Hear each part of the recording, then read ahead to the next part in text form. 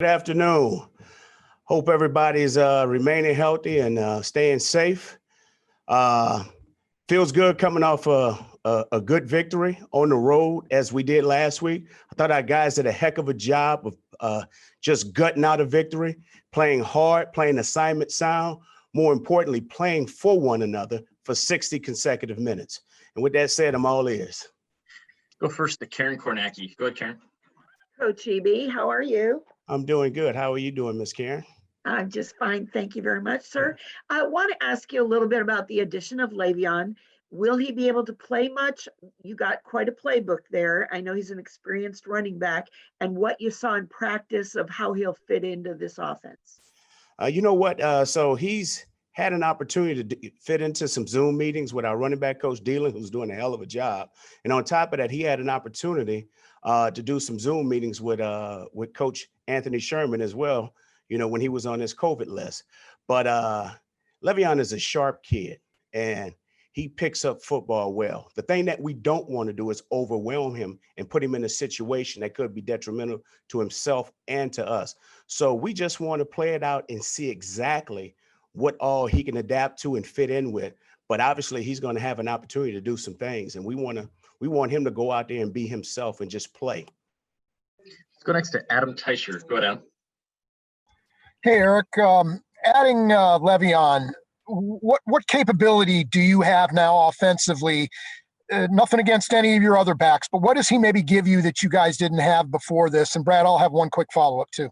You know what? He gives us an additional piece to the puzzle. I mean, he's a big back. His productivity over the years it speaks for itself, because we've lined up and played him when he had those days in Pittsburgh. We know what he can do and we know what he brings to the table. He's a great receiver out of the backfield. He can block. He can pick up blitzes and protection.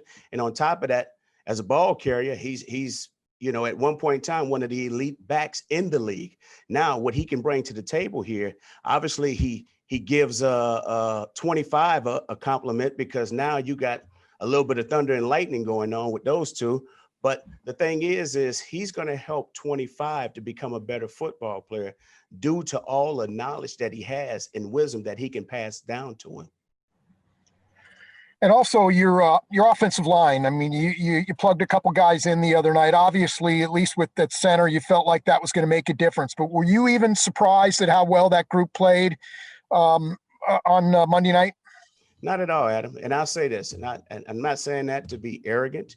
We have a great coaching staff. Our guys do a heck of a job. Coach Heck he's been coaching the O-line position for a long time. He played the position. He does a great job of preparing those guys to be the starter. And I'm talking about those guys who are down the line guys. So one thing as a staff, we take a tremendous amount of pride in making sure that the next man is ready. And so when it happens, it's not a panic.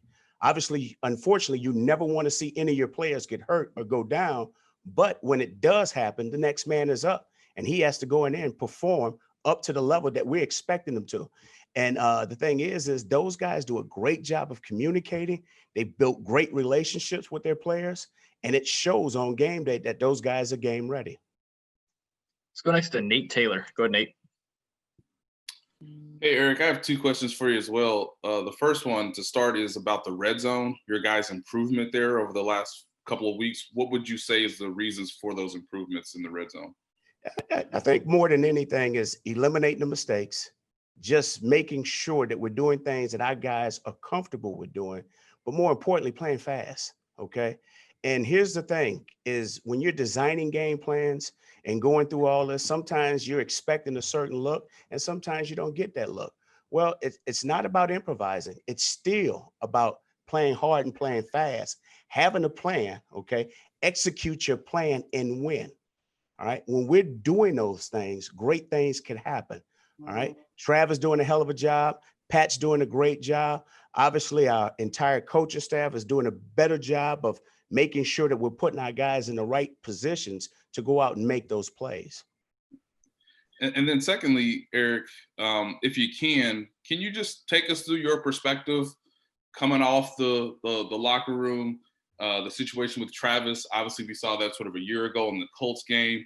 Can you just take me through what it's like to have those experiences with Travis, and obviously coming together for the photo op in the middle of the game? Well, I'll say this, Nate. You haven't seen me as a coach over the years. If you're just going to ask me about the situation with Trav, one thing that I always talk to players about, and this is the beauty of building relationships throughout your entire career with these guys, because one thing that you know as a former player, everybody wants to be perfect. No one wants to make a mistake. And so one thing when you're building relationships with players, as I take a tremendous amount of pride, and all of our coaches do, okay, is that in those critical moments, you got to remind guys, all right, don't take the message and think that it's personal. No, I'm attacking the issue. And so when they realize that it's about the issue and not about the person, players, they understand. You know, this is not a personal attack or I'm getting up, not at all. This is professional football. Our job is to make sure that our players are being accountable. And one thing you'll know, me and Trav have a great relationship. And the beauty of it is those things happen. Those things do not bother me. We keep it moving and we keep pushing forward, because when it's all said and done with, you know, it's all about doing what is best for the organization and doing what is best for the Chiefs. Let's go next to Pete Sweeney. Go ahead, Pete. Good afternoon, Eric. You obviously have the luxury of coaching Patrick Mahomes, but I'm sure that there are some challenges with that, especially right now when a lot of teams are taking away what he likes to do, and that's throw the ball downfield. What type of things do you say to Pat to say, okay, you know, let's just take what's in front of us here? And he's fine with that. If those guys are going to play in the back end and play deep, he's going to be the first one to tell you, hey, you know what? They're not covering him. Everybody's playing deep. So I'm going to find the open man. So the beauty of Pat, and I want everybody to understand this, and I think sometimes professional sports have a tendency to think that it's all about the numbers and the egos. And sometimes I think people forget that we play a team game. This is what has made us special. Our guys are going to do whatever is needed to go out and win.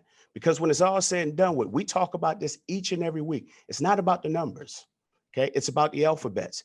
And the only two alphabets that matter in this industry is a W and an L. Whatever we have to do to get that W, that's all what matters. And then you know what? We're going to come back, put a game plan together for the following week, and we're going to get it going and get ready to go. Yes, ideally, we want all of our players to have all the success that they can. But we do know this. If we can do this together and do it for one another and do it the right way, okay, it'll give us a chance to go out and pursue the goals that we want to pursue. Got time for a couple more guys. We're going to go Sam and then Steve. Go ahead, Sam. Hey, Eric. I know Clyde had a great game the other day, right? But individual, I'm not trying to take away from that. But the line in front of him, there were some holes. What did you see there, particularly with the interior where you're kind of moving some guys around? How much of that do you feel like is you sort of cracked a code and can repeat that going forward? Well, here's the thing. You're only as good as your last performance. So our guys played as good as a game as they could have possibly played for that weekend. I thought the preparation was much better. The focus was better. I thought guys had a plan and they went out and executed their plan because of all the little things that we talked about, just having the right attitude and that determined mindset to take that field and go out and play up to the level of expectations that we expect them to play. But now it's about putting consistent behavior on tape. Now we're faced with another challenge. Now we got to go to Denver and play against a young up-and-coming defensive line group that's playing some pretty good ball up front. And one thing that our guys got to do is just make sure that, hey, you know, last week was last week. What we did is gone. Now it's time to flip the page and move on to the next chapter. Let's go ask Steve Walls. Go ahead, Steve. Hey, Coach EB, how you doing? Doing good, Steve. What's going on? Not much. From a performance perspective, you know what you're going to get with LeVeon, right? I mean, but similar to when you guys brought in Shady from last year in his mentorship to Darwin, you talked about it a little bit, but I'm just curious to know if you are expecting LeVeon to show any leadership to Clyde, and if so, how much? And have you heard anything before you brought him in about his leadership ability? Well, here's the thing. I know, first of all, LeVeon reached out to Clyde and had a conversation with him and asked him, you know, and told him basically, I don't want to step on your toes, you know, which I want to know if you're okay with me coming in here. And he's a classy individual. It says a lot about the person who does not want to come up and disrupt the chemistry that we have. And so I do know this, the kid is a football junkie. He lives and dies for football. And then on top of that, we have strong enough leadership within that locker room to make sure that he's doing it the way we want it done. But what I expect from LeVeon, I expect LeVeon to be professional, you know, within this building. I expect him to represent the Kansas City organization. And also, too, at times when he feels comfortable to do it, I expect him to provide some leadership and just some knowledge and wisdom on what it takes to play at an elite level, you know what I mean, in this league for a consistent amount of time. And I hope he passes that down throughout the entire room. Coach EB, we appreciate the time. Thanks for joining us. Thank you. You guys Bye, take guys. care. We've got